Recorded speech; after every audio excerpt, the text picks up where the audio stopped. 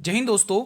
अगर आप लोग भी एसएससी जीडी कांस्टेबल 2026 की तैयारी कर रहे हो तो आपके पास मात्र और मात्र आज से 11 दिन बचे हुए हैं मेरे भाई। 11 दिन बचे हुए, बस ध्यान से सुनो दोस्तों। अब 11 दिन में दोस्तों आपको सिर्फ रिवीजन करना है मेरे भाई, ज़्यादा से ज़्यादा क्वेश्चंस का रिवीजन करना है, ठीक है। और मैं आपके लिए लेके आ चुका हूँ मॉडल पेपर नंबर 5, जिसमें हम प्रीवियस ईयर क्वेश्चन से रिलेटेड मोस्ट इंपॉर्टेंट क्वेश्चन देखने वाले हैं दोस्तों। एग्जाम में दोस्तों 11 दिन पहले ही देख लो कि पेपर कैसा आने वाला है मेरे भाई, ठीक है। तो 27 अप्रैल को फर्स्ट शिफ्ट को कुछ ऐसा पेपर आपको देखने को मिलेगा। पहला क्वेश्चन आपकी स्क्रीन पर है, क्वेश्चन नंबर 1। अगर आप इस क्लास में से 40 में से अगर आप 30 क्वेश्चन भी बना लोगे तो आप सिलेक्शन की रेस में हो, आपका सिलेक्शन पक्का मेरे भाई, क्योंकि जीके जीएस ही आपको सिलेक्शन दिलाएगा और इसमें फुल पेपर है जिसमें हम हर प्रकार हर सब्जेक्ट से क्वेश्चन देखेंगे मेरे भाई। दिल्ली सल्तनत में लाल बख्श किस शासक को कहा गया है मेरे भाई, बताइए। सभी स्टूडेंट बताएंगे। तो दिल्ली सल्तनत में लाल बख्श कहा गया कुतुबुद्दीन ऐबक को, ठीक है। गौरी का गुलाम था, फिर इसने गुलाम वंश की स्थापना की मेरे भाई, ठीक है। Question number 2। शिवाजी के मंत्री परिषद को क्या कहा जाता था, बताइए मेरे भाई। आप अगर चैनल पर नए हो तो चैनल को सब्सक्राइब जरूर कर लेना ताकि अगली वीडियो का नोटिफिकेशन आपको मिल जाए। शिवाजी के मंत्री परिषद को अष्टप्रधान कहा जाता है मेरे भाई। C option will be the right answer. Question number 3। फरवरी 1905 में इंडियन होम रूल सोसाइटी की स्थापना किसने की थी? बड़ा ही महत्वपूर्ण प्रश्न है, बताएंगे आप लोग कमेंट बॉक्स में इसका आंसर। तो इसका सही जवाब हो जाएगा श्याम जी कृष्ण वर्मा। अगला क्वेश्चन देखेंगे। क्वेश्चन कह रहा है अल्लाह रका खान निम्न में से किस संगीत वाद्य यंत्र को बजाने के लिए प्रसिद्ध हैं? बताइए दोस्तों। इसमें दोस्तों आपको Hindi, GK GS, math, reading, current affair सभी प्रकार के क्वेश्चंस देखने को मिलेंगे, निश्चिंत रहें आप लोग। बताइए इसका आंसर। देखो ये तो आप लोगों ने टिक कर ही लिया होगा, तबला वादक। अगला क्वेश्चन देखेंगे आप लोग। निम्न में से चू फाट नृत्य, बहुत बार पूछा गया है ये क्वेश्चन, किस राज्य में किया जाता है? चलिए बताइए। इसका सही जवाब हो जाएगा ये सिक्किम में किया जाता है। अब आप मुझे कमेंट करके बताइए, सिक्किम को शाही राज्य का दर्जा किस संविधान के संशोधन से दिया गया था? वो कौन सा अमेंडमेंट था? अगर आप लोग बताएंगे तो मजा आ जाएगा भाई। क्वेश्चंस के आंसर आप कमेंट किया करो दोस्तों, ठीक है। जो भी क्वेश्चंस मैं कहने के लिए कहता हूँ, ताकि आप कमेंट करेंगे, फिर नेक्स्ट स्टूडेंट क्लास को देखेगा तो वो कमेंट पढ़ेगा तो उसका भी वहां पर रिवीजन हो जाएगा दोस्तों, जो भी आप डिटेल में लिखोगे, ठीक है। दिल्ली दूर होना मुहावरे का अर्थ बता दो मेरे भाई। बड़ा ही प्यारा सा क्वेश्चन है, बताएंगे आप लोग। इसका सही आंसर आ जाएगा लक्ष्य बहुत दूर होना मेरे भाई, ठीक है। Question number 7। चलिए अब आपको इसको सॉल्व करना है दोस्तों। एक झटके में सॉल्व कर सकते हो। कैसे सॉल्व करोगे एक झटके में? आपको दोस्तों ए और बी, आप अगर आप चाहो तो दोस्तों ए और बी 3 और 4 बना लो। इसमें से कहाँ 3 और 4 दिख रहा है? ए और बी का रेशियो 3 और 3 3 9 तीनों 5 15, 3 और 5 का रेशियो दिख रहा है यहाँ पर दोस्तों। अगर आप देखोगे तो 3 और 5 का रेशियो दिख रहा है। अगर 3 की पहाड़े से सिंप्लीफाई करो तो ये आंसर नहीं होगा। अगर आप इसको 5 की डबल से कर रहे हो तो 5 दूनी 10, 5 तिया 15, 2 और 3 का दिख रहा है तो ये भी आंसर नहीं हो पाएगा। इसको भले आप 4 की टेबल से देख लो, 4 की टेबल से 18 नहीं जाएगा। 3 की टेबल से देखो, 3 चौके 12, 3 छंग 18, यानी 6 दूनी 12, 6 तिया 18, 2 और 3 का अनुपात दिख रहा है, ये नहीं बनेगा। इसको देखो, 5 तिया 15 और 5 चौके 20, यहीं पे 3 और 4 बन रहा है। तो D option will be the right answer. तो ऐसे क्वेश्चन को पूरा सोल्व मत करना मेरे भाई, ऐसे ही आपको करना है। अगर आपको मैथ में अच्छी पकड़ बनानी है मेरे भाई, तो आपको सुबह में, आज मैंने सुबह 10 बजे एनटीपीसी वाले स्टूडेंट के लिए मैथ की क्लास अपलोड करी है मेरे भाई, ठीक है। तो आप उसमें जाकर अपनी प्रैक्टिस कर सकते हैं मैथ की, ठीक है। वो क्लास देखने के बाद आपको मैथ के क्वेश्चंस को करने का एक कॉन्फिडेंस मिल जाएगा, ये मैं दावे के साथ कह रहा हूँ। एक बार आप उस क्लास को जरूर अटेंड कर लेना। 16 ए और 9 ए का चतुर्थानुपाती 324 है, तो ए का मान ज्ञात करना है। बहुत ही प्यारा सा क्वेश्चन है। सबसे पहले कौन देगा इसको करके? कमेंट बॉक्स में। चलो भाई सॉल्व करते हैं। चतुर्थ अनुपात यानी इनका गुणा, क्योंकि आपको पता है यहाँ पर अगर आप एक्स एज्यूम करते हो तो बाहर का गुणा अंदर के गुणा के बराबर होता है, यही तो करते हो ना, वही हम यहाँ पर करेंगे। तो ए मल्टीप्लाई में 9 ए करना है और नीचे क्या लिखना है 16, और यहाँ का इनका चतुर्थ अनुपाती दिया कितना है मेरे भाई? क्वेश्चन है 324, ठीक है। कुछ कट रहा है तो काट लो, है ना। तो 9 की टेबल से देख ले क्या, 9 तिया 27, 5 9 छंग 54, कट गया भाई, ठीक है। कट गया कट गया। अब ए गुणा ए स्क्वायर हो जाएगा, ठीक है। अब 16 गुणा 36 कर लो। 16 गुणा 36 कितना होता है? 16 छंग 96 की 6 कही 9, 16 थी 48, 48 में आपको 9 ऐड कर लेना है, तो कितना हो जाएगा? कितना हो जाएगा मेरे भाई? 9 ये 57 के समथिंग होगा, 57, ठीक है। तो यहाँ पर ए स्क्वायर बराबर 576। अब आप इजीली कह लोगे ये किसका स्क्वायर है। जैसे ये स्क्वायर से हटेगा यहाँ रूट बनेगा, और ये रूट किसका बनेगा मेरे भाई, 24 का स्क्वायर होता है 576। मैं आशा और उम्मीद करूंगा कि आप लोगों ने ये क्वेश्चन बड़े ही ईजी तरीके से बना लिया होगा। चीज़ें क्लियर हैं तो वीडियो को लाइक कर लो मेरे भाई, ठीक है। अगला क्वेश्चन, निम्न में से किसने अशोक महान को बौद्ध धर्म की दीक्षा दी थी मेरे भाई, बताइए। अगर आप ये सिलेक्शन वाले क्वेश्चन अटेंड करते हो तो आपका दोस्तों सिलेक्शन पक्का है, क्योंकि मैं सारे question PYQ plus latest question करवा रहा हूं, तो इससे बेस्ट आपको कुछ नहीं मिलेगा। आपको पूछा है अशोक महान को बौद्ध धर्म की दीक्षा किसने दी थी, ये क्वेश्चन बड़ा ही इंपॉर्टेंट है। तो ये शिक्षा दी थी मेरे भाई उपगुप्त ने। किसने दी थी मेरे भाई, उपगुप्त, आपको टिक कर लेना है।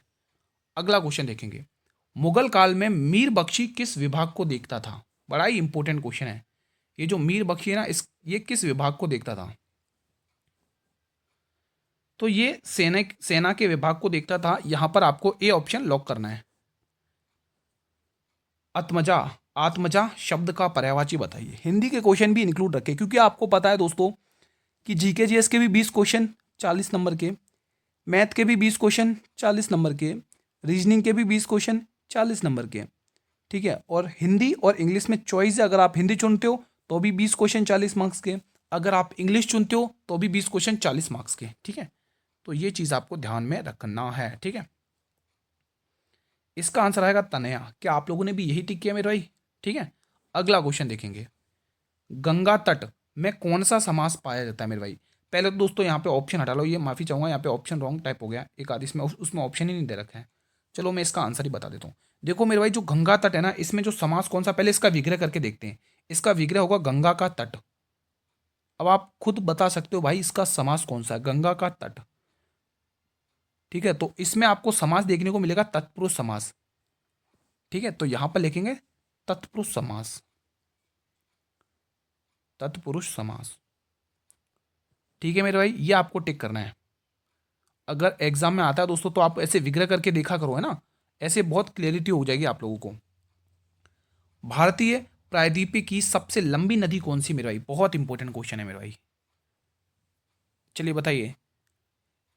जो महाराष्ट्र के नासिक के तरह के मिश्र पहाड़ से निकलती है। हिंट तो मैंने दे दिया है, चलिए बताइए। हिंट तो मैंने दे दिया है, तो आंसर आएगा गोदावरी नदी। ये निकलती है अमरकंटक की पहाड़ियों से, अमरकंटक पहाड़ियाँ, ये कहाँ से निकलती है, अमरकंटक की पहाड़ियों से निकलती है, ठीक है। हाँ, ब्रंश घाटियों से होकर बहती हुई अरब सागर में अपना जल गिराती जाके। अब दो नदियां बची, कृष्णा और कावेरी। अब मैं आपसे पूछूंगा वो कौन सी नदी है जो ब्रह्मगिरी की पहाड़ियों से निकलती है। इन्हीं दोनों में से कौन सी नदी है, चलिए बताइए। आप लोग मुझे बताएंगे कि इनमें से वो कौन सी नदी है जो ब्रह्मगिरी की पहाड़ियों से निकलती है, कृष्णा और कावेरी में। देखते हैं कितने स्टूडेंट इसका आंसर करते हैं। मेरे भाई आंसर किया करो ताकि दूसरे स्टूडेंट देखें, उनका भी रिवीजन हुआ करे, ठीक है। 19 आई थिंक ऐसा क्वेश्चन मैंने कल पूछा था, एक स्टूडेंट ने कमेंट भी किया था, ठीक है। तो 1969 में कितने बैंकों का राष्ट्रीयकरण किया गया था, कितने बैंकों का नेशनलाइजेशन हुआ था। और आप मुझे यह भी बताओ किस पंचवर्षीय योजना में किया गया था।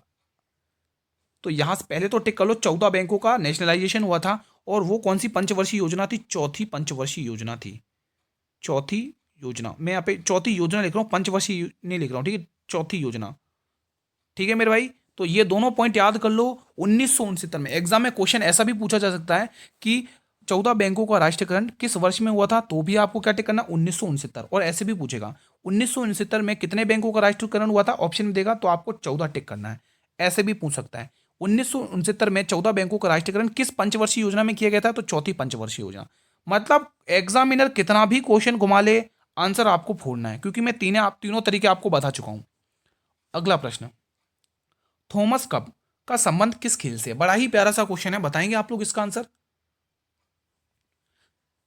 मेरे भाई इसका जो आंसर रहेगा वो बैडमिंटन हो जाएगा। क्या आप लोगों ने भी ये टिक किया है। चलिए अगला क्वेश्चन देख लेते हैं। फिलहाल क्वेश्चन कह रहा है दी गई श्रृंखला में प्रश्न चिन्ह के स्थान पर क्या आएगा। बड़ा ही इंपॉर्टेंट क्वेश्चन है। देखो जब सीरीज धीरे धीरे चलती है तो हम सबसे पहले क्या लेते हैं, डिफरेंट, क्या लेते हैं, इनका डिफरेंस कितना, कितने कितने का डिफरेंट आ रहा है इनके बीच में, ठीक है। तो यहाँ -5 देखने को मिला है भाई। यहाँ पर देखोगे तो -6 देखने को मिला है। फिर अगला नंबर -5, फिर अगला नंबर -24 होगा। मतलब 30 में से -6 करोगे 24 आंसर आएगा, ऑप्शन नंबर बी। फिर देखो आप 24, अच्छा हाँ सही है, सही करे अपन, ठीक है -6। बढ़े अगले प्रश्न की तरफ। अगला क्वेश्चन आने जा रहा है आपकी स्क्रीन पर। -6 -30 कितना आएगा, 24 + 5, ठीक है। बढ़े अगले प्रश्न की तरफ। अगला क्वेश्चन, अब ये क्वेश्चन भी रीजनिंग का है। इसको तो भाई चुटकी बजाते उड़ाना है। बिना पेन उठाए सभी स्टूडेंट मेरे साथ अच्छे से क्लियरिटी करके समझेंगे और इसे करेंगे। बिना पेन उठाए सॉल्व करना है। देखो, एक औरत की ओर इशारा करते हुए राम ने कहा, अब ध्यान से, राम कह रहा है और किसकी तरफ इशारा कर रहा है, औरत की तरफ। ध्यान से सुना, वह मेरी माता के पिता, देखो टुकड़े करो, मेरी माता के पति, मेरी माता के पति यानी कि माता के पति मेरी माता और माता के पति मेरे पिताजी, मेरे पिताजी की माता मेरी दादी जी, मेरी दादी जी की पुत्री मेरी बुआ लगेगी। कितना इजी तरीके से आपने इस क्वेश्चन को सॉल्व कर लिया। उस औरत का राम से क्या संबंध है, औरत का राम से क्या संबंध है, ये पूछा आपसे, ठीक है।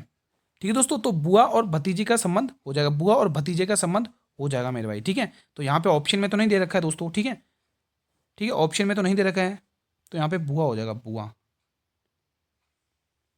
बुआ और भतीजे का संबंध हो जाएगा, ठीक है। ऑप्शन में तो नहीं दे रखा, लेकिन आपको ऐसे समझ के कर लेना है। अगला क्वेश्चन देखेंगे, निम्न में से किस बौद्ध ग्रंथ को बौद्धों का रामायण कहा जाता है मेरे भाई। बड़ा ही इंपॉर्टेंट क्वेश्चन है, चलिए बताइए। क्वेश्चन एग्जामिनर आपसे यह भी पूछा जाता है कि त्रिपिटक का संबंध किस धर्म से है। आपको 4 ऑप्शन देगा, बौद्ध धर्म, सिख धर्म, जैन धर्म या कुछ और, इनमें से कोई नहीं, ठीक है। ऐसे ऑप्शन देगा, आपको टिक करना पड़ेगा। तो ध्यान से सुनना, त्रिपिटक मैं यहाँ पे लिख देता हूँ दोस्तों, ठीक है। त्रिपिटक का नाम ध्यान रखना। यहाँ पे एक और, चलो ठीक है, ध्यान मैं ओरली बता देता हूँ। त्रिपिटक कौन कौन से, सुत्त पिटक, विनय पिटक और अधिधम पिटक, और तीनों का संबंध किससे मेरे भाई, ध्यान रखोगे, बौद्ध धर्म से दोस्तों। किससे, बौद्ध धर्म से। ध्यान रखना, गलत मत कर लेना, अगर एग्जाम में पूछे तो टिक करना है। फिलहाल आपको इस क्वेश्चन के अकॉर्डिंग आंसर टिक करना तो बुद्ध चरित, ठीक है। तो बुद्ध चरित में दोस्तों बौद्धों का रामायण कहा जाता है दोस्तों, बौद्ध ग्रंथ को, ठीक है। अगला क्वेश्चन देखेंगे, क्वेश्चन नंबर 19 बताइए।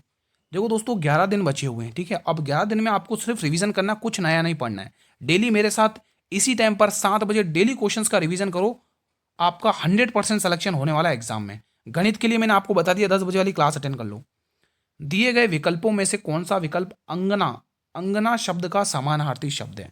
बड़ा ही इंपॉर्टेंट क्वेश्चन है। इसका सही आंसर आएगा आंगन, ऑप्शन नंबर डी। अगला प्रश्न, कंबाला महोत्सव किस राज्य के कृषक समुदाय द्वारा आयोजित किया जाता है। मेरे भाई जो कंबाला जो फेस्टिवल है वो किस समुदाय, मतलब किस कृषक समुदाय द्वारा आयोजित किया जाता है। बड़ा ही इंपॉर्टेंट क्वेश्चन है। सही आंसर क्या आएगा, तो कंबाला उत्सव मेरे भाई कर्नाटका, कर्नाटक में होता है दोस्तों। Option number B will be the right answer. Ugadi त्योहार निम्न में से किस राज्य में मनाया जाता है मेरे भाई, चलिए बताइए। इसका भी आंसर क्या होगा, इसका भी आंसर होगा कर्नाटक मेरे भाई। क्या होगा, Karnataka. Option number D will be the right answer, ठीक है। अगला क्वेश्चन, अब एक क्वेश्चन पूछूंगा यहीं पर, होमवर्क दूंगा। त्रिशूरपुरम, चलिए बताइए ये फेस्टिवल कहाँ का फेमस है। प्लीज़ मुझे आंसर दीजिएगा कमेंट बॉक्स में, ताकि अदर स्टूडेंट का भी रिवीजन हो। आप सभी की जिम्मेदारी है मेरे भाई, ठीक है। इतना तो आप कर ही सकते हो ना। क्वेश्चन कह रहा है, यदि पेट्रोल की कीमत में 28% की वृद्धि कर दो तो उपभोक्ता द्वारा खपत में कितने प्रतिशत की कमी की जानी चाहिए ताकि पेट्रोल पर खर्चा अपरिवर्तित रहे। और 2 दशमलव स्थानों तक आंसर सही करना है, मतलब कि आपको लगभग में पूछ लिया गया क्वेश्चन है। तो पहले तो इस क्वेश्चन को तोड़ने के लिए इसकी फ्रैक्शन वैल्यू लिख लो, 7/25, 7/25, यानी कि वृद्धि करनी है। पहले 25 थी वैल्यू, अब ये वृद्धि 7 की वृद्धि करोगे तो कितनी हो चुकी है मेरे भाई, 32 हो चुकी है।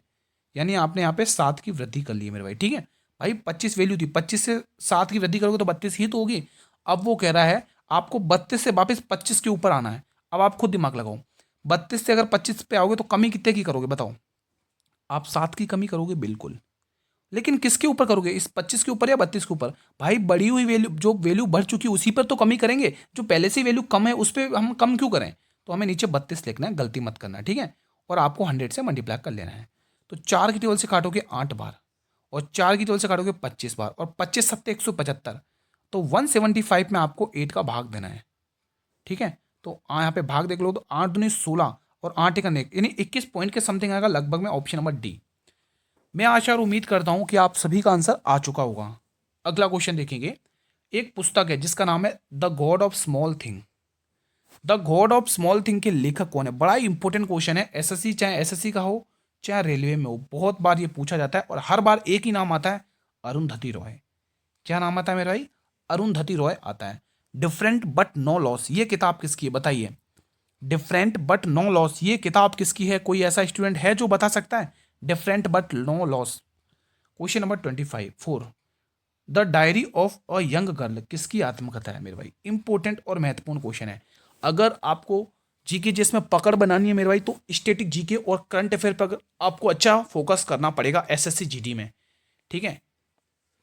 क्योंकि इंपॉर्टेंट देखो, अगर सिलेक्शन लेना है तो मैथ में आपको अच्छा करना ही पड़ेगा, रीजनिंग में भी। देखो ये मैथ और रीजनिंग तो आपके स्कोरिंग सब्जेक्ट है ना, और ऊपर से जीके जीएस में मैं आपको इंपॉर्टेंट टॉपिक बता ही चुका हूँ, है ना? तो ये चीज़ करनी है। फिलहाल यहाँ पर आपका आंसर क्या होगा? यहाँ पर हो जाएगा Anne Frank, option number A. अगला प्रश्न, भारतीय संविधान के किस भाग में मौलिक अधिकारों का वर्णन है? बहुत इंपॉर्टेंट है मौलिक अधिकार। चलिए बताइए, सभी स्टूडेंट को बताना है। तो भाग 2 में क्या? भाग 2 में नागरिकता है, ठीक है। भाग 4 में क्या है? डीपीएसपी, ठीक है। तो यहाँ पे भाग 3 टिक करोगे। क्या टिक करोगे? भाग 3 टिक करोगे। ये जो मौलिक अधिकार के अनुच्छेद भी पूछ लिए जाते हैं मेरे भाई, 5 से, रुको रुको रुको, मौलिक अधिकार है ना, यहाँ पर लिखो 36 से 51 तक इसके आर्टिकल्स रहते हैं।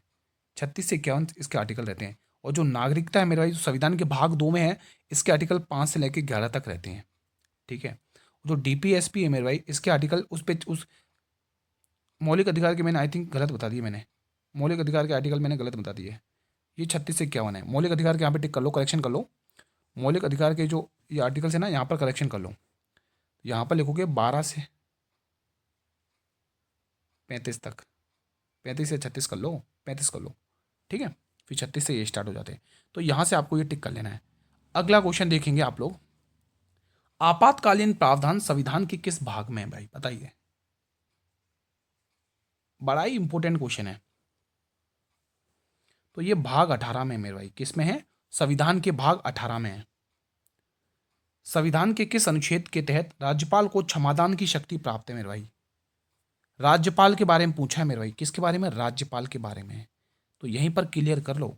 ये तो दोस्तों राष्ट्रपति की क्षमादान शक्तियां हैं।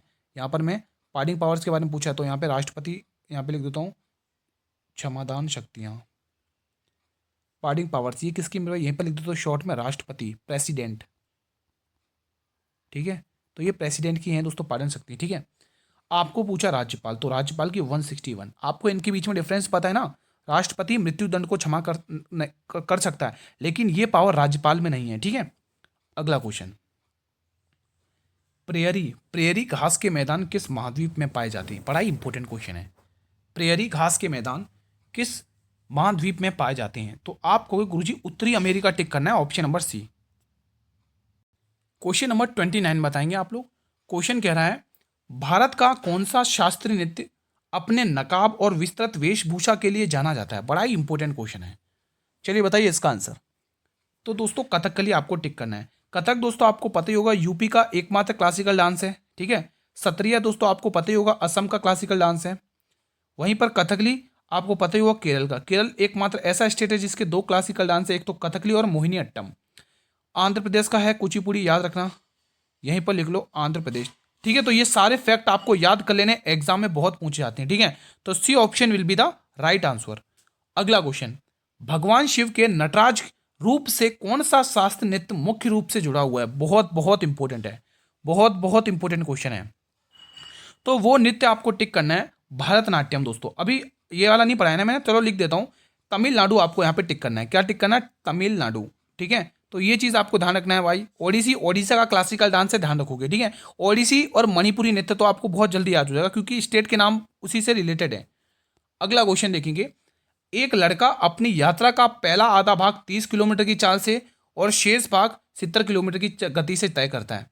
तो एवरेज स्पीड याद करनी है दोस्तों। इस केस में जब भी दोस्तों डिस्टेंस कांस्टेंट होता है, तो मैंने हमेशा बताया, तो उस केस में आप डिस्टेंस, जब दूरी कांस्टेंट होती है दोस्तों, तो उस केस में आप कैसे एक फॉर्मूला लगाओगे, बहुत जल्दी ये क्वेश्चन होगा दोस्तों।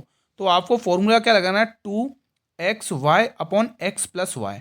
तो ये फॉर्मूले लगा के आप क्वेश्चन को बहुत जल्दी कर सकते हो। कब? जब डिस्टेंस कांस्टेंट हो। ठीक है, तो आप देखोगे 2 एज इट इज, पहली चाल कितने की है? 30 की है, और दूसरी चाल कितने की है? 70 की है। ठीक है, और यहाँ पे x प्लस वाई यानी 70 प्लस 30 यानी 100 हो जाएगा। अब आप क्या करोगे, इन दो जीरो से, यहाँ से ये दो जीरो हटाओगे, 7 से 21, 21 दूनी 42, तो 42 किलोमीटर घंटे उसकी एवरेज स्पीड आ जाएगी, औसत चाल। आई होप कि आप लोगों ने बना लिया होगा।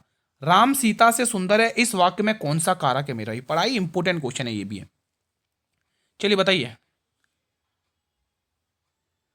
इसका सही आंसर आएगा करण कारक है मेरे भाई। ठीक है, कर्ता ने कर्म को करण से, है ना, तो यहां पे करण कारक हो जाएगा ऑप्शन नंबर ए।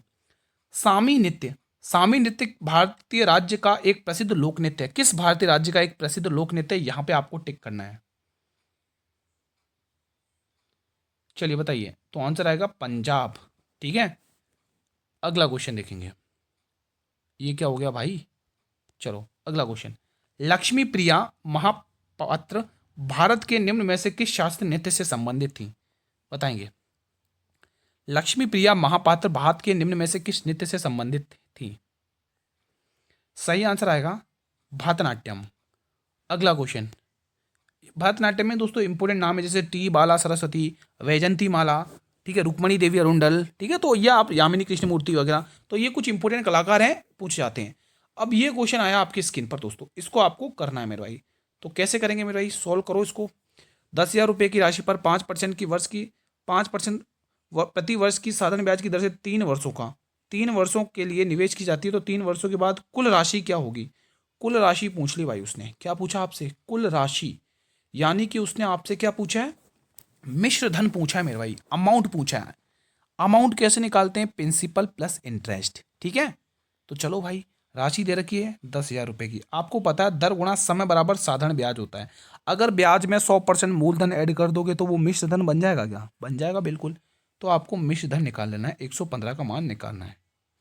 यही तो उसने पूछा है मेरे भाई। ठीक है, ठीक है, मुझे लग रहा है डी वाला ऑप्शन लग रहा है 11,500। एक बार देखते हैं सॉल्व करके। ठीक है, देखो मैंने ये 115 कैसे लेके आया, क्योंकि आप बहुत सारे स्टूडेंट सोच रहे होंगे दर गुणा समय बराबर कितना है, साधारण ब्याज कितना है आपका? 15% आया साधारण ब्याज। अगर आप इसमें 100% मूलधन ऐड कर दोगे, 100% ऐड कर दोगे मूलधन, तो कितना होगा ब्याज?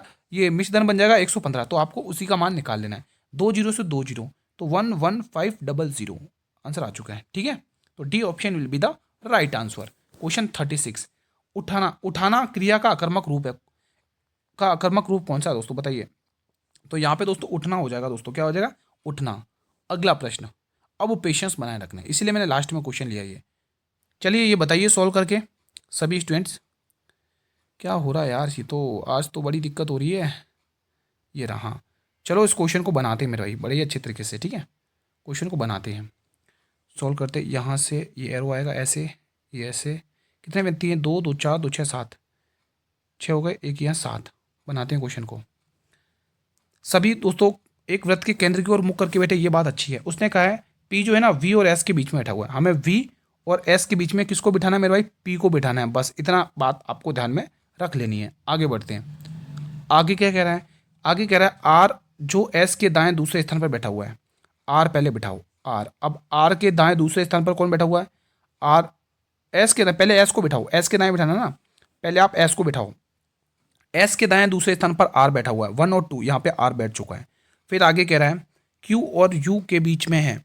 क्यू और यू के बीच में कौन है? क्यू और यू के बीच में है, यहाँ से तो कुछ समझ में नहीं आया। क्यू और यू के बीच में कौन है? यहाँ पर एस के दाएं दूसरे स्थान पर बैठा दिया। हाँ, अब हमें क्या बिठाना है दोस्तों? ये वाली लाइन को, पहली वाली लाइन जो होल पे डाली उसको बिठाते हैं। ये कहा था ना उसने, पी जो है वी और एस के बीच में बैठा हुआ है, तो वी और एस के बीच में बिठाना है दोस्तों पी को। तो यहाँ पे पी बिठा दो और यहाँ बैठ जाएगा वी। तो हमने ये बिठा दिया। अब ये वाले लास्ट वाली लाइन पढ़ो। क्यू टी का निकटतम पड़ोसी नहीं होना चाहिए। अगर क्यू यहाँ बैठेगा तो टी यहाँ नहीं बैठेगा, अगर क्यू यहाँ बैठेगा तो टी यहाँ नहीं बैठेगा, तो टी यहाँ बैठेगा, टी यहाँ बैठेगा मेरे भाई। अब दोस्तों मुझे लग रहा है इसमें कुछ एक डाटा मिसिंग कर रखा है, तो हम एक बार क्वेश्चन की ऑप्शन की मदद से इसको सॉल्व करते हैं। ऑप्शन पहला कह रहा है आर पी के दाएं तीसरा है क्या? आर देखो, आर ये रहा आर। पी देखो, पी के दाएं तीसरा कौन है? पी के बाएं तीसरा आर है क्या? 1 2 3, यहाँ पर तो आर है नहीं, आर तो यहाँ पे बैठा, तो ये वाला ऑप्शन भी गलत हो जाएगा। पी एस के ठीक बाएं बैठा हुआ, अब एस के ठीक बाएं पी बैठा हुआ, हाँ ये ऑप्शन हो सकता है। मेरे को लग रहा है यही ऑप्शन है, आंसर यही आएगा। आगे और चेक कर लेते हैं। वी पी और एस के बीच में, पी और वी एस के बीच में, पी और एस के बीच में तो कोई नहीं है, तो ये तो गलत हो जाएगा कथन। एस वी के बाएं दूसरे स्थान पर, वी के बाएं दूसरे स्थान पर 1 और 2, यहाँ पर तो कोई बैठे ही नहीं, तो ये भी गलत हो जाएगा। तो दोस्तों लग रहा कुछ इसमें मिस्टेक था, लेकिन ऑप्शन की हेल्प से हमने कर लिया, जितना हमें पूछा गया उतना हमने कर लिया दोस्तों, ठीक है। अगला क्वेश्चन देखेंगे, भारत में राष्ट्रीय आय की गणना कौन सी संस्था करती है मेरे भाई, ठीक है। तो यहाँ पे आपको केंद्रीय सांख्यिकी संगठन आपको टिक कर लेना मेरे भाई, कोई डाउट नहीं है। अगला क्वेश्चन, पौधे की कोशिकाओं में कोशिका भित्ति मुख्य रूप से किसकी बनी होती है, 3 स्टार लगा लो, मोस्ट इंपॉर्टेंट क्वेश्चन है, काफी बार पूछा जाता है। तो ये बनी होती है मेरे भाई सेलुलोज की बनी होती है, ऑप्शन नंबर डी को यहां लॉक करना है। अगला और अंतिम प्रश्न, पी तथा क्यू क्रमशः 28,000 और 42,000 रुपए का निवेश के साथ व्यापार शुरू करते हैं। पी 8 महीनों के लिए लगाता है पैसा और क्यू 1 वर्ष के लिए, यानी पूरे 12 महीने के लिए। यदि वर्ष के अंत में उनको 21 मतलब 21,125 का लाभ होता है, तो पी का हिस्सा पूछा है। सॉल्व कर लो। देखो दोस्तों, एक तरफ पी है और एक तरफ क्यू है, ठीक है। तो पी लगाता है 28,000 रुपये, पी लगाता है 28,000 रुपये, लेकिन 8 महीने के लिए। लेकिन जो क्यू है वो 1 साल के लिए लगाता है, कितने रुपए लगाता है, 42,000 रुपये, ठीक है। और कितने साल के लिए, 12 महीने के लिए। आपको पता है जब आपके दोस्तों पूंजी को समय से गुणा करते हो तो हमेशा लाभ का अनुपात निकलता है। 3 जीरो से 3 जीरो गए, 14 की टेबल से 2 बार, 14 की टेबल से 3 बार, 4 की टेबल से 2 बार, 4 की टेबल से 3 बार, तो इनका अनुपात आ चुका है 4:9। आपसे पूछा पी का हिस्सा, पी का हिस्सा पूछा 4 का मल्टीपल, ये 4 का नहीं है और ये भी 4 का मल्टीपल नहीं है, ये भी 4 का मल्टीपल है। आंसर आ चुका है, फैसला ऑन द स्पॉट हो चुका है, ऑप्शन नंबर सी। भले आप करके देख लो, 9 और 4 13, 13 रेशियो का मान दे रखा क्वेश्चन ने, कितना दे रखा है 21, ये कितना देगा 21 25, ठीक है ये दे रखा है। ये कितने गुना दिख रहा है, 13 के दिल से काटो, 13 एकन 13 कितना बचेगा 8, 13 छंग 3, 13 कन 13 26, 6 13 पंच 65, ठीक है। 25 चौक 100 और 16 चौक 64 और 1 65, ठीक है। तो आपको करना है क्या, इसको गुणा कर लेना है 1625 से, आंसर आ चुका आपका, ठीक है। तो आपके ऊपर डिपेंड करता है कि आपको कैसे क्वेश्चन को ट्रैक करना है मेरे भाई, ठीक है। तो फिलहाल आज का सेशन यहीं पर वाइंड अप करते हैं। बताइए 40 में से कितना आपने बना लिया है मेरे भाई, ठीक है। सेशन पसंद आया तो सेशन को लाइक कर लेना, इतनी विनती कर लेना दोस्तों, निवेदन है आपसे, ठीक है। और हर एक स्टूडेंट तक शेयर कर दो भाई। 11 दिन बचे हुए, इसी प्रकार से आपको डेली मॉडल पेपर इसी टाइम पर मिलता रहेगा और अच्छे से रिवीजन करेंगे भरपूर होकर, कोई दिक्कत की बात नहीं है मेरे भाई, ठीक है।